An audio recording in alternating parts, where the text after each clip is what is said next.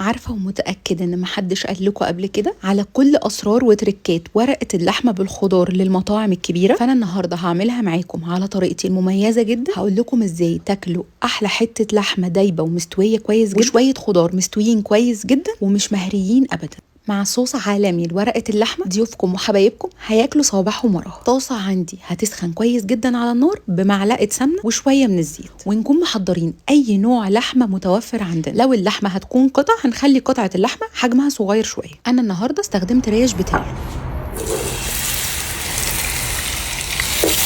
ما بنزلش باللحمة بتاعتي أبدا في الطاسة غير وهي سخنة مولعة، ولازم أسمع الصوت ده، وما بحركهاش أبدا عشان ما تفقدش أي سوائل غير لما تاخد لون مظبوط من الجنب الأول. أبتدي أقلبها على الجنب التاني عشان تتحمر التحميرة المظبوطة دي، والصدمة بتاعتها ما تخليهاش تفقد أي سوائل عندي. بعد ما اللحمة اتحمرت بنقلها في طبق خارجي علشان أستخدم الطاسة تاني بنفس الدهون اللي كانت نازلة من اللحمة. هسخن الطاسة تاني كويس جدا، وهنزل دلوقتي بشرايح من البصل والفلفل الألوان، أي فلفل متاح عندي أحمر أو أصفر، وهبتدي أدبلهم كويس جدا في الطاسة بتاعتي. البهارات اللي هستخدمها ملح وفلفل أسود، شوية من بهارات اللحمة، فصين من الحبهان أو الهيل، رشة صغيرة من جوز الطيب اختياري إذا بحطها في الأكل عادي، معلقة كبيرة مليانة من صلصة الطماطم. وهقلب كل ده كويس جدا جدا لحد ما الخضار عندي يدبل وياخد لون التشويحه اللي انتوا شايفينها دي، واحس كده انه بدأ يفقد سوائل بتاعته مع البهارات اللي حطيتها. في الوقت ده هرفعها من على النار واحضر بقى الصينيه بتاعتي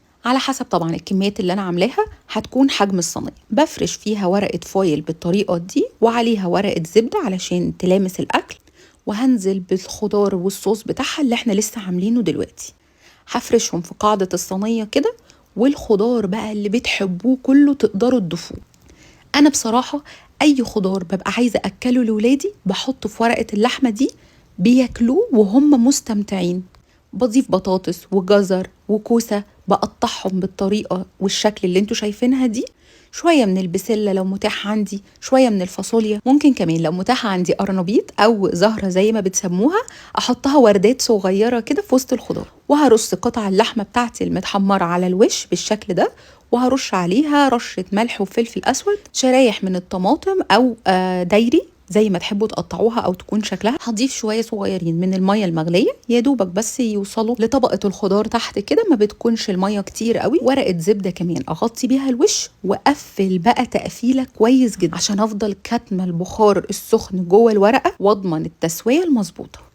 في الوقت ده هكون مسخنه الفرن كويس جدا على اعلى درجه حراره. الرف اللي في النص هدخل ورقه اللحمه بتاعتي، واول ما اسمع صوت الغليان والبقبقه هوطي الفرن لدرجه حراره 200. بديها بعد الغليان ساعه ونص بالظبط، واطفي عليها واسيبها مقفوله زي ما هي 10 دقايق بالظبط، وحطوها على السفره بتاعتكم وافتحوها كده قدام حبايبكم وضيوفكم. احنا ما نبقاش تعبانين كل ده وما نعملش العرض الخطير ده على ترابيزه السفره. بس بقول لكم ايه، دي احلى واظبط ورقه لحمه ممكن تاكلوها في حياتكم. محدش جربها من ايدي او اكلها الا لما انبهر بيها. كفايه شكلها الاول اللي يفتح النفس، والعين دايما بتاكل قبل البق. اللحمه واخده لون حلو قوي ومظبوط ودايبه دوبان هي والخضار. انا كده خلصت ورقه اللحمه بتاعتي النهارده خلاص. متاكده من سهولتها وبساطتها وحلاوتها وقد ايه فتحت نفسكم عليها. هتقوموا تجربوها جنب شويه رز بالشعريه او طاجن رز معمر. وما تنسونيش من دعوه حلوه من قلبكم لو استفدتم مني. الف هنا وعافيه على قلبكم وقلب ولادكم مقدما، ومع الف سلامه.